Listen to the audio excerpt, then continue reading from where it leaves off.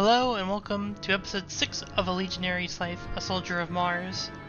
In the last episode, we finally managed to defeat Hannibal's army in Africa, pretty much securing his victory, but we stopped it right after the battle completed, so today we'll go through the aftermath of that battle and see what lies next on the horizon for us.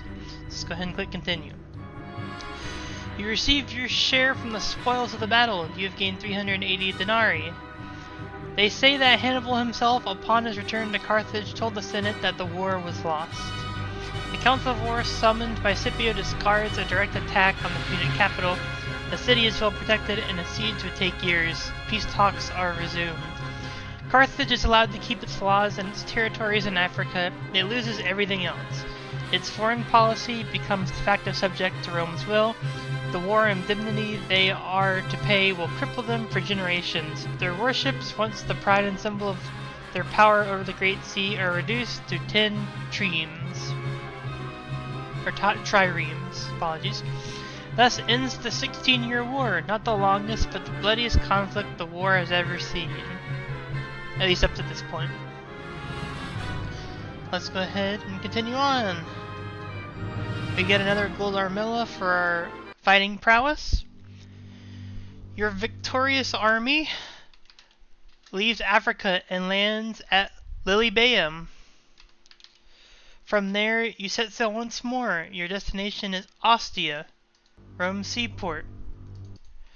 What is waiting for you and your comrades at Rome is even beyond your expectations. Oh, unfortunately, I just skipped that. Sorry. Today, the survivors of Cannae are the most deeply affected. They had their revenge at last, and no one will ever dare to question their honor again. It is their long exile stole many years from their lives. This is something nobody will be able to give back. Meanwhile, another war is looming in the east. Emissaries from Pergamon, Rhodes, and even Athens came seeking the help of Rome against the expansion of King Philip V, ruler of Macedonia, one of the powerful kingdoms carved from Alexander's immense empire. Many see this new war as an opportunity too good to miss. The Republic may be tired after the long conflict with Carthage, but the army has been forged into a formidable weapon of conquest, a tempting tool in the hands of men longing for personal glory and richness. Way too tempting.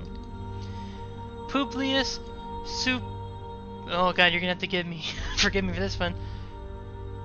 Publius Sulpicius Galba, elected as one of the 2 consuls for this year, is assigned to deal with the crisis in Macedonia. He is allowed to add precious veterans from Africa like yourself to his army, but only on a voluntary basis. You are promised a quick campaign in a rich land with plenty of loot to settle down and allow your family to live a comfortable life. We will volunteer. You embark under command of Consul Galba at the naval base of Brundisium to cross the Adriatic, one of the many portions of the Great Sea. When you land at Apollonia, you learn that Philip is conducting a campaign near the Dardanelles, while another of his armies is besieging Athens. The Macedonian king grows emboldened by his successes in the east. A diplomatic mission fails, but it is widely believed that neither leader really wants peace at this point. The consul sends a small fleet to help the Athenians, while you remain with the bulk of the army and prepare for war on the mainland. So, if we go buy sell now, we have the threat of our life. Soldiers see us as a trusted and reliable leader, which is good. But now we can start to get some Greek gear in here. You'll see it little bit by little bit, mainly helmets. They don't have their own swords or anything like this Perigian bearded helmet, but we have another thread. There are Thracian auxiliaries in Philip's army, but the party in front of you is not exactly ordinary. The heavily armored warrior who leads the group is huge, a 7.5-foot monster towering above his compatriots. You have heard of him. They call him the Bulwark. Truth be told, before seeing him with your own eyes, you didn't even believe that a human being that big could exist. Brandishing an outlandish iron-headed mace with alarming skill, that thing must be heavy, but he makes it look like a stick, he keep shouting something to your party that bears all the hallmarks of a challenge. He moves with surprising dexterity for his bulk. There in the open, his mace would give him a further advantage over your sword. We're gonna accept his challenge and duel with him to the death. You walk towards him with deliberate slowness, your eyes locked on your opponent's hulking form. You stop a few paces away from him. He wears a Romphia strapped to his back, but no javelins. Good, you will take any tactical advantage you can get. But we will certainly throw our javelin at him and hit him in the leg. And now we will once again go for the leg here and just try and chop at his leg. Chop at his leg again. We miss, we'll recover. He's resting again, we'll once again go for the leg. And actually we're going to try for the neck now and hit him in the neck. And that is that. We'll take all his gear. The Colossus stares at you. For the first time, you see despair in his eyes. With a trickle of blood running from his lips, he tries to form some incomprehensible word and loudly collapses to the ground. For a minute, there is silence. When the full force of what has happened hits the Thracians, they panic and run away, but your brothers in arms are too busy cheering to give chase. A cup. Excellent. Here's a good Attica helmet. But honestly, I prefer our Thracian helmet. Another thread for foraging. Villages both to the right and left. And we get ambushed. Your pulse races as you hear an arrow thud into a nearby tree. We find cover. You advance on the archers. When you get too close, they break off the attack and retreat. And we will resume our journey.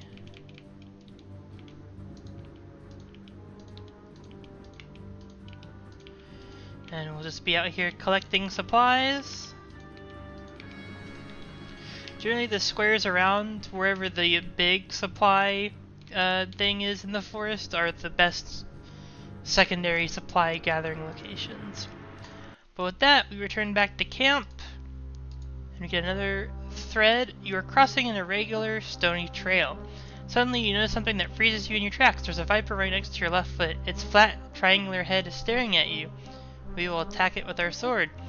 With an impressive economy of movement, you unsheath your sword and decapitate the snake. Your companions chuckle at your display of skill and nerve.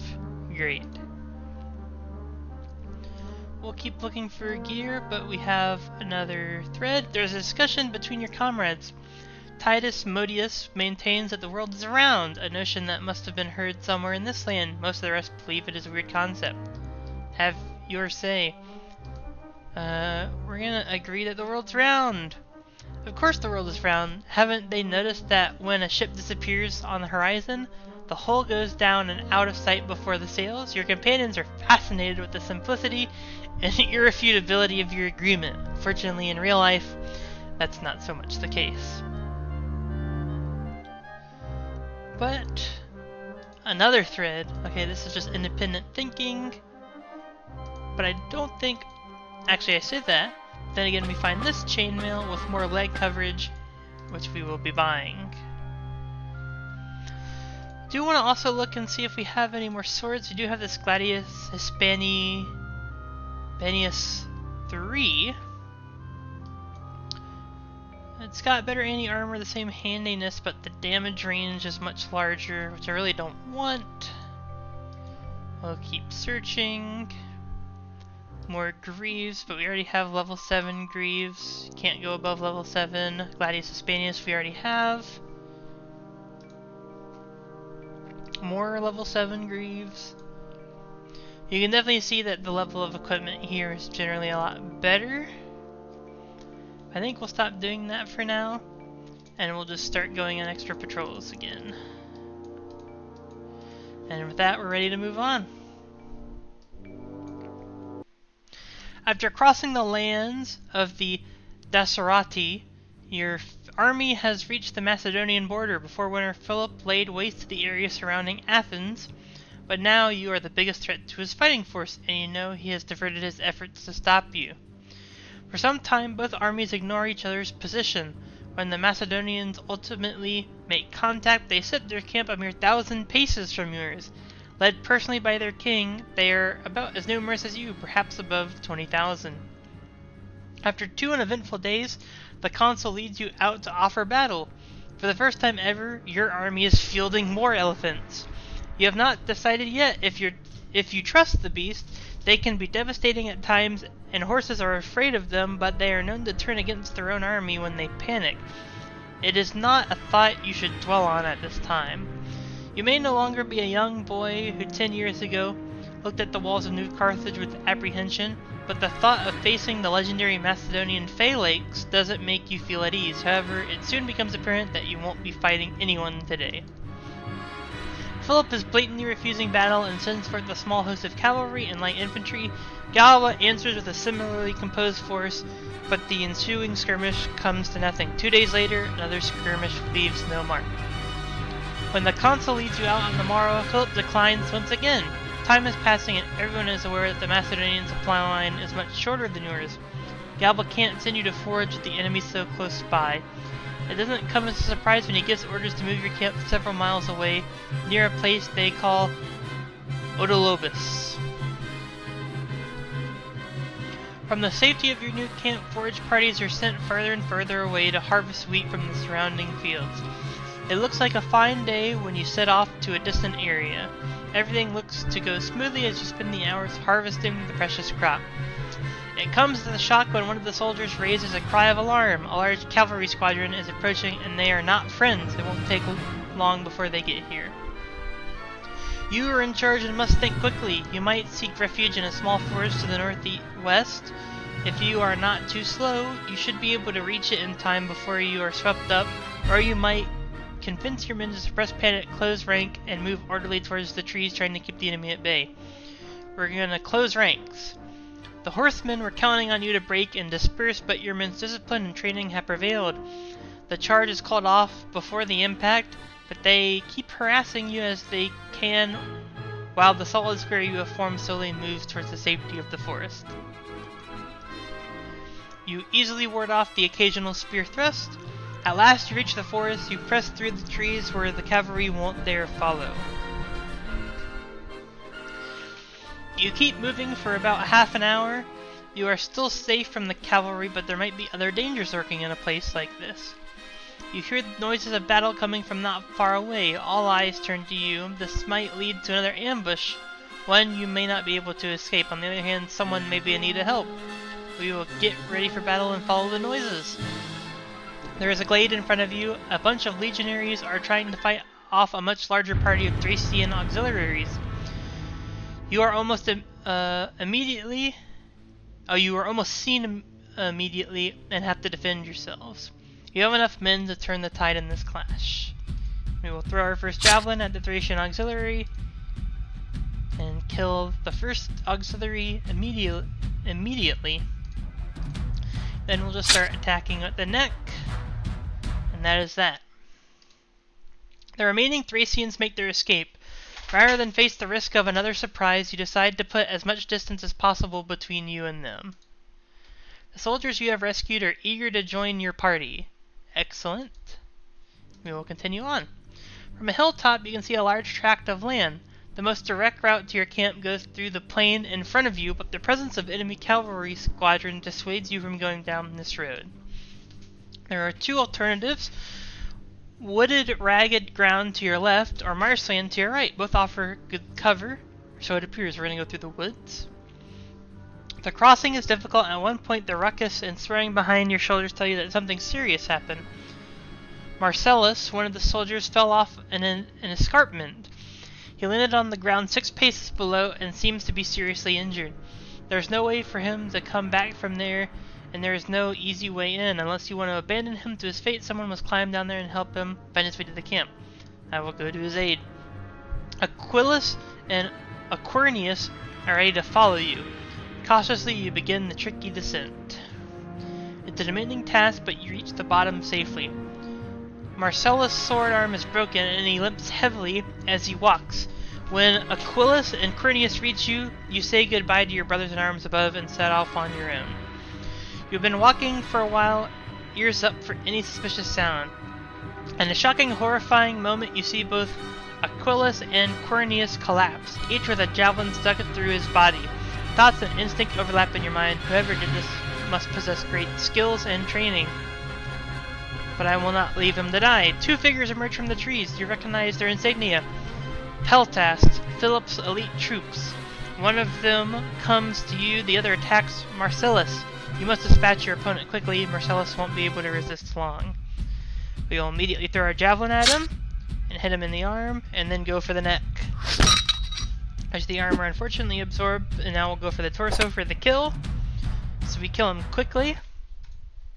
You fling yourself at the second Peltas just before he lands the killing blow on a knocked out Marcellus. And we will once again go for the neck here. And then the torso. Oh, and then we'll need a third attack on the torso, and that will be that.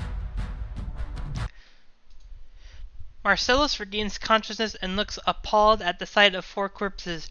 You can tell he feels guilty for the deaths of Aquilus and Quinarius, but he can't stop thanking you for saving his life. You are quite sure the Peltas were scouting for a larger group. You can't stay around for too long. You set off after one last goodbye to your fallen friends. You eventually leave the hills and rejoin your group as soon as you come in sight of your camp. It turns out the path you took was much shorter than theirs after all. You find confusion when you arrive at the camp. Small parties of survivors like yours are coming with alarming news of what is happening outside. The consul sends out his cavalry to rescue the beleaguered foragers and leads the heavy infantry in support. You have led back many men. Your excellent work is greatly appreciated. After your ordeal, you are left behind to garrison the base. The army comes back at the end of the day. The Macedonians have been repulsed and forced back to their camp. There is even a soldier who boasts of having killed Philip's horse, almost getting the king himself. You find that hard to believe. An armistice is declared to bury the dead on both sides. The night is silent and peaceful, but when the morning comes, you are baffled to find out that Philip and his army have left. For the moment, Galba does not seem inclined to give chase. 2 cups for engaging the Peltas, and another civic crown.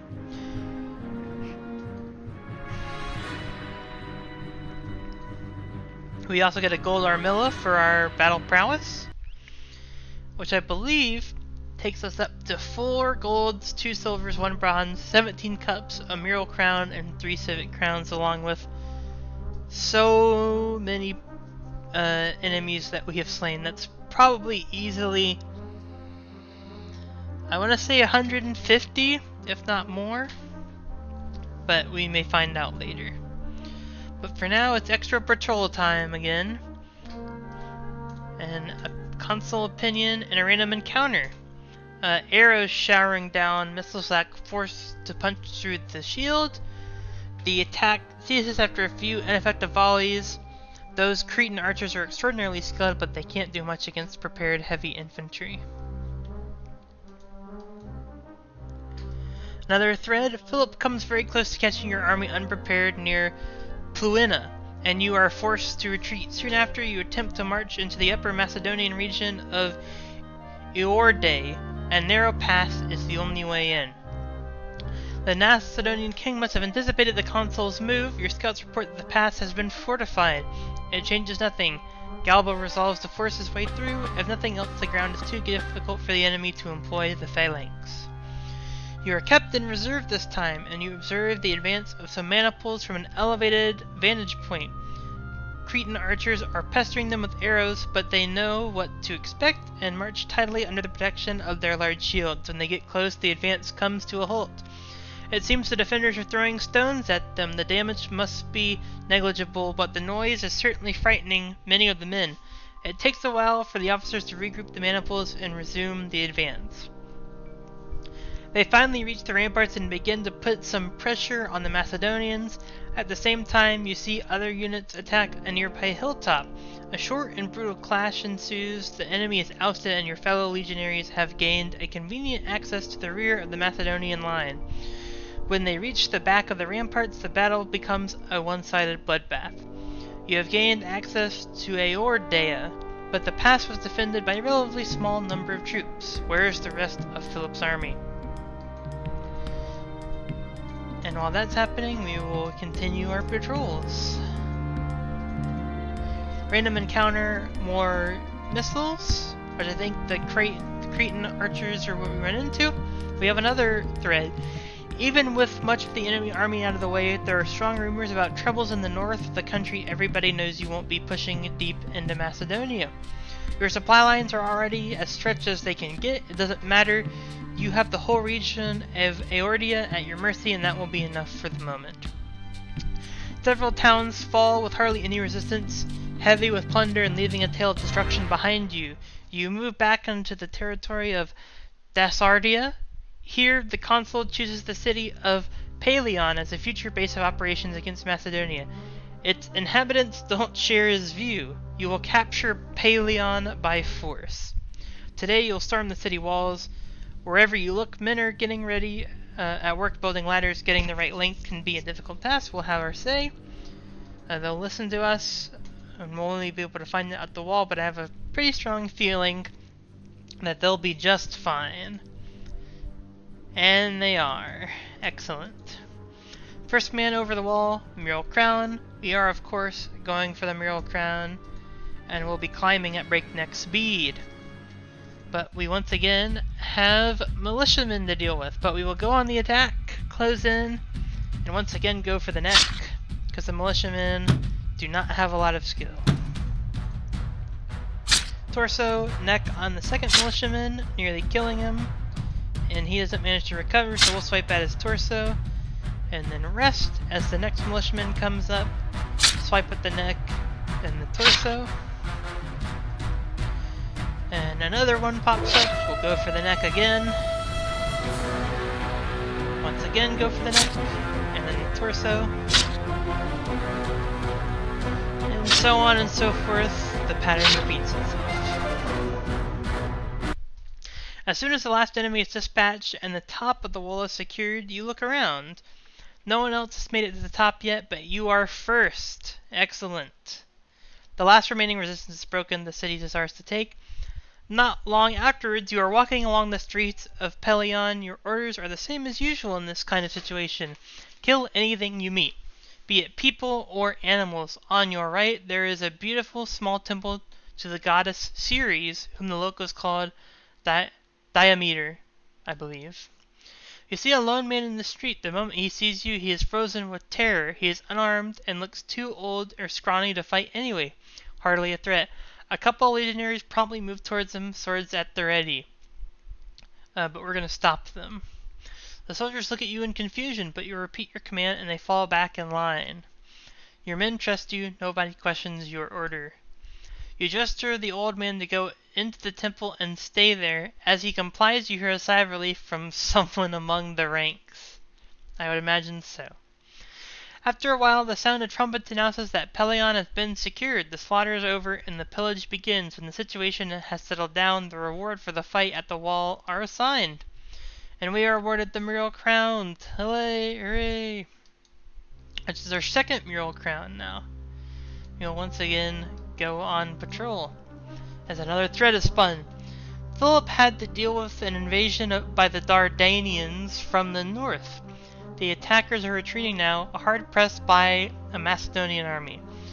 After garrisoning the freshly conquered city of Pelion, Galba turns westward towards your original starting point before winter comes. The rich loot of your raid in Upper Macedonia and Dasardia is shared among the troops. Part of it has been set aside and is going to be up for grabs in a series of games to be held. You can expect the cream of the crop of the army to compete. Each winner will receive 1,000 denarii. There are also 250 denarii for runners-up and 100 for third place. All of these competitions are pretty good. I will just be doing one for expediency here, which will do javelin throwing based on distance, but all of them are fun. I recommend if you do multiple playthroughs, you try each one of them. But for this one, I'll go ahead and keep reading. The most accomplished and strongest javelin throwers in the army are taking part in this contest. One of them is Tiberius Cuspius, a massive bull of a man who serves in the other legion. They say he killed an elephant from 20 paces in Subria. I doubt that. Your first throw is to exceed a minimum threshold. This is just to skim the worst candidates off before the real competition begins, and we will take our throw. Your javelin flies beyond the qualifying distance. That was easy enough for you, but now things are going to get serious. Your turn comes again. You have 2 throws to qualify for the finals. First throw. That was sufficient for the finals. Only a handful of contenders have made it this far. Each challenger has 2 more throws. The last round will decide the winner. We'll take our first throw. This is going to be an outstanding throw, the best throw of the day. You get ready for your second attempt, and we'll throw our second. Another outstanding throw, and it's even better than the first. The last participant has finished this round. The competition is over. You have beaten everyone, even Cuspius. The consul himself congratulates you on the thrilling victory as he hands the prize to you. Excellent. Once again, going on patrol duty. Another thread. The new consul, Publius Villius Tapulus, brings reinforcements from Italia and takes charge. Galba's term of office is over. So we have a new commander now. About 2,000 veterans from the African campaign are mutinying. For one thing, they claim that they never volunteered for this war, but were forced to embark by the tribunes of the former consul. For another, they have served for long enough and have the right to go back to their families. We will use our exceptional diplomatic skills to mediate. The new consul, Tapulus, is a man close to Scipio, who after his triumph against Hannibal was a strong influence in Rome. He promises he will write to the Senate with a personal recommendation to listen to the veterans' demands. All he asks in return is that the mutiny is called off immediately. The agreement makes everyone happy. Excellent, we prevented a mutiny from breaking out. But we'll once again go on patrol, as we're once again showered with arrows, but can't do much. Another thread. Cavalry scouts have reported the presence of a heavily guarded convoy. It was accompanied by soldiers in chainmail, Thoracatai, which is how they call them in these parts. The rest of your raiding party is too far away. Should you attack with the troops you have with you, you are going to be outnumbered against tough, well-trained, and well-equipped opponents. They may be guarding something important. You remember an ideal place from an ambush 2 hours walk from here, along the route of the convoy. Lead your troops there as soon as possible and attack, which is what we will do. You reach the place and position your legionaries with accurate instructions. Then you lie in wait. After what seems like an eternity, you hear the convoy approaching. You don't like what you see when it comes into view. The ground here will nullify their numerical advantage, well, at least in part, but the battle won't be easy. We're gonna attack. Your party attacks from 2 sides. You fling a javelin at one of the armored, basically warriors. Your javelin lodges in the warrior shield and makes him fall back, and we now press the advantage. We'll throw another javelin, and then attack the neck.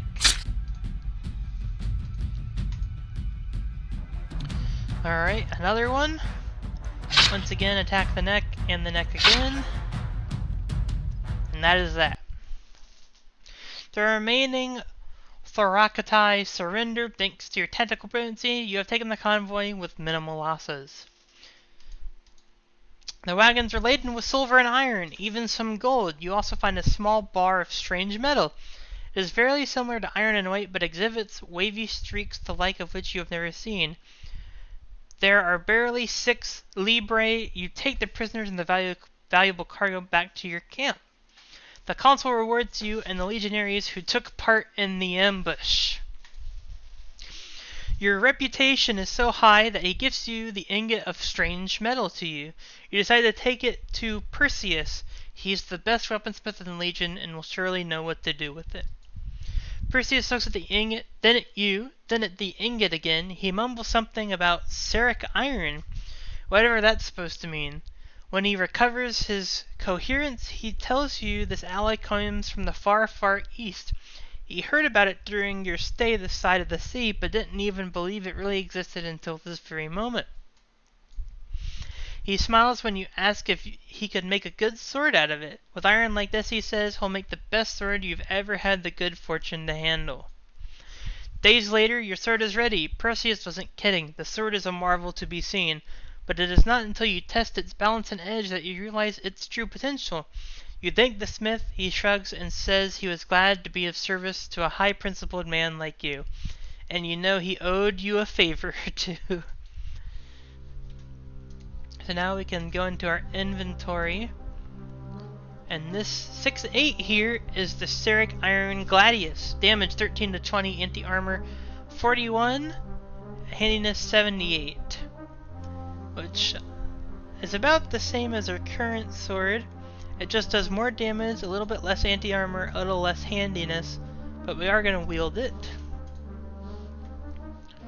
Because this, if I'm not mistaken, as far as I have experienced, is the best weapon in the game when it comes to weapons you can come across. And that convoy event does not happen every game at all. I've had it happen in maybe, I'd say, 5 of my runs. Does not happen a lot, but it's a very good event when you can get it. And with the acquiring of our new Ceric Iron Sword, I think that's a good place to call it for today. Thank you so much for watching. If you liked the video, please make sure you hit the like button down below, hit the subscribe button if you want to see more videos, hit the notification bell to be notified when the next video is released. Also leave a comment down below with what you liked. If you disliked the video, hit the dislike button, but leave a comment down below with why you disliked the video. I'm always looking to make improvements. Thank you so much for watching. I hope you have a nice rest of your day, and bye bye.